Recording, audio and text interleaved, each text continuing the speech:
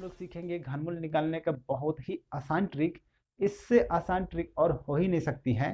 तो उसी ट्रिक से सबसे पहले हम लोग इनका घन निकालेंगे और फिर वो ट्रिक किस तरह से इसमें अप्लाई किया जाता है उसको भी हम लोग देखेंगे। तो चलिए सबसे पहले मैं आप लोगों को घन निकाल करके दिखाता हूँ। उसके बाद मैं आप लोगों को सिखाऊंगा कि ये किस तरह से अप्लाई किया जाता है। चलिए देखिए, सबसे पहले निकालना है हम लोग को 1331 का घनमूल। तो इसका घनमूल निकालने के लिए इसका होगा 1 फिर 1। इसका निकालना है तो इसका होगा हम लोग का 5 और फिर हो गया इसका 1। इसका हो गया हम लोग का 6 और यहाँ हो गया 2। इसका हो जाएगा 3 का 7 एंड इसका हो जाएगा 5 एंड इसका हो जाएगा 6 एंड 3। देखिए बच्चों, इस तरह से ट्रिक अपना करके आप 5 क्वेश्चन का वर्गमूल 5 सेकंड में निकाल पाइएगा। आपको लग रहा होगा कि मैं इनका घनमूल पहले से याद करके रखा था, उसके बाद उसको लिख दिया। तो ऐसा कुछ भी नहीं है बच्चों, इसका ट्रिक है और ये ट्रिक से आप इस तरह का सभी संख्याओं का घनमूल निकाल पाइएगा। आप भी वो ट्रिक को देखिए और वो अप्लाई करके देखिए, आप भी बिल्कुल 5 सेकंड में 5 क्वेश्चन का घनमूल निकाल पाइएगा। तो सबसे पहला बात यह है कि सबसे पहले आपको 1 से 10 तक का घन आपको याद करना कंपलसरी है। 1 से 10 तक का घन याद कर लीजिएगा। उसके बाद अगर आप थोड़ा सा ध्यान दीजिएगा तो ये वाला जो इसी से उठाया गया है। देखिए, अगर संख्या का इकाई अंक 1 रहेगा तो घन का इकाई अंक भी 1 रहेगा। संख्या का इकाई अंक अगर 2 है तो घन का जो इकाई अंक रहेगा वो 8 रहेगा। 3 है तो इकाई अंक 7 होगा। 4 है तो 4 होगा। 5 है तो 5 होगा। 6 है तो 6 होगा। 7 है तो 3 होगा और 8 है तो 2 होगा। 9 है तो 9 होगा। 10 है मतलब इकाई अंक में 0 है तो इकाई अंक में भी 0 होगा। तो चेंज किसका हो रहा है? 2 रहेगा तो 8। देखिए, 2 है तो 8 और 8 रहेगा तो 2। 3 रहेगा तो 7। जैसे देखिए 3 है तो इसका इकाई अंक कितना बन गया? 7। तो 3 रहेगा तो 7 और 7 रहेगा तो 3।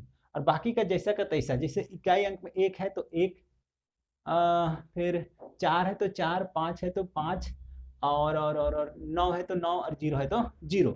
इसलिए इधर का जो है संख्या उसको हम लोग इधर नहीं लिखे हैं। बस आपको ये 10 तक का घन याद करना है। ये मिट गया। 216 है तो आपको सबसे पहले 10 तक का घन याद करना है। उसके बाद ये वाला को याद रख लेना है। 2 का 8, 8 का 2, 3 का 7 और 7 का 3। अब देखिए इसी टेक्निक को मैंने यहाँ पर किस तरह से अप्लाई किया था। तो सबसे पहले आपको देखना है, इकाई अंक पकड़ना है। तो इकाई अंक, अगर इकाई अंक 1 रहता है, अगर इकाई अंक संख्या का इकाई अंक 1 रहता है तो इसका घनमूल में भी 1 आता है, इसलिए 1 हम लोग यहाँ लिख दिए। उसके बाद 3 डिजिट छोड़ देना है। 3 डिजिट छोड़ने के बाद ये जो चौथा डिजिट बच रहा है ना, 3 डिजिट छोड़ने के बाद जो भी बचेगा, मतलब अभी हम लोग का 1 बच रहा है तो देखेंगे कि 1 किसका घन है। तो 1 जो है वो 1 ही का घन है, इसलिए फिर से यहाँ 1 आ गया, इसलिए इसका घनमूल हो गया 11। अब देखिए सेकेंड वाला क्वेश्चन। सेकेंड वाला क्वेश्चन में क्या है? 3375 है। तो इकाई अंक में कितना है? 5 है। तो 5 के लिए तो 5 ही होती है। यहाँ पर देखिए 5 है तो 5 ही होता है। तो इकाई अंक में अगर 5 है तो 5 लिख दिए। उसके बाद 3 डिजिट छोड़ देना है। हर एक क्वेश्चन पे यही करना है आपको, 3 डिजिट छोड़ देनी है। 3 डिजिट छोड़ने के बाद क्या बचा हम लोग का? 3 बचा। अब देखें कि 3 किसका घन है। अगर उस ये परफेक्ट घन नहीं रहेगा तो इसका निकटतम वाला संख्या देखेंगे कि कौन सा घन है जो इसके निकटतम है। ठीक है, तो देखिए तो कौन सा घन, मतलब जैसे देखिए 8 अगर पकड़ते हैं तो 8 3 से बड़ा हो जाएगा, इसलिए फिर से 1 ही आया। तो 1 किसका घन है? तो 1 का घन है, इसलिए हम लोग का फिर से यहाँ पर 1 आ गया। अब देखिए अगला, देखिए इकाई अंक में 6 है तो 6 के लिए भी क्या होता है? इकाई अंक 6 ही होता है। तो इसलिए हम लोग का 6 हो गया, यहाँ 6 लिख दिए और 3 ठो डिजिट हम लोग छोड़ दिए। अब देखिए क्या कि 17 किसका घन है या उसका निकटतम वाला देखेंगे। तो 17 देखिए तो किसका घन हो रहा है? देखिए 8, 8 से अगर 3 का घन को पकड़ेंगे तो 27 हो जाएगा, जो कि 17 से अधिक हो जाएगा। इसके चलते हम लोग ये वाला घन जो है वो इसका निकटतम मानेंगे। तो इसका मीनिंग क्या हुआ कि 2 आएगा अगला में। हो गया यहाँ 2। अब देखिए यहाँ पे है 3, तो 3 के लिए तो याद करना है कि 3 के लिए 7, तो मैंने यहाँ पर 7 लिख दिया। उसके बाद 3 डिजिट आपको छोड़ देना है। छोड़ने के बाद जो आया 185, तो देखें कि किसका घन जो है वो 185 है या उसका निकटतम है, उससे पार नहीं करनी चाहिए। तो देखिए तो किसका घन है? वहाँ 125, क्योंकि अगर 6 का घन पकड़ते हैं तो 216 जो कि अधिक है, इसलिए 5 का घन है ना, इसलिए हम लोग का अगला जो हो जाएगा वो हो जाएगा 5। अब फिर से नीचे वाला में इकाई अंक में 6 है तो 6 लिख दिए इस तरह से, उसके बाद 3 डिजिट इस तरह से हम लोग इसको छोड़ दिए।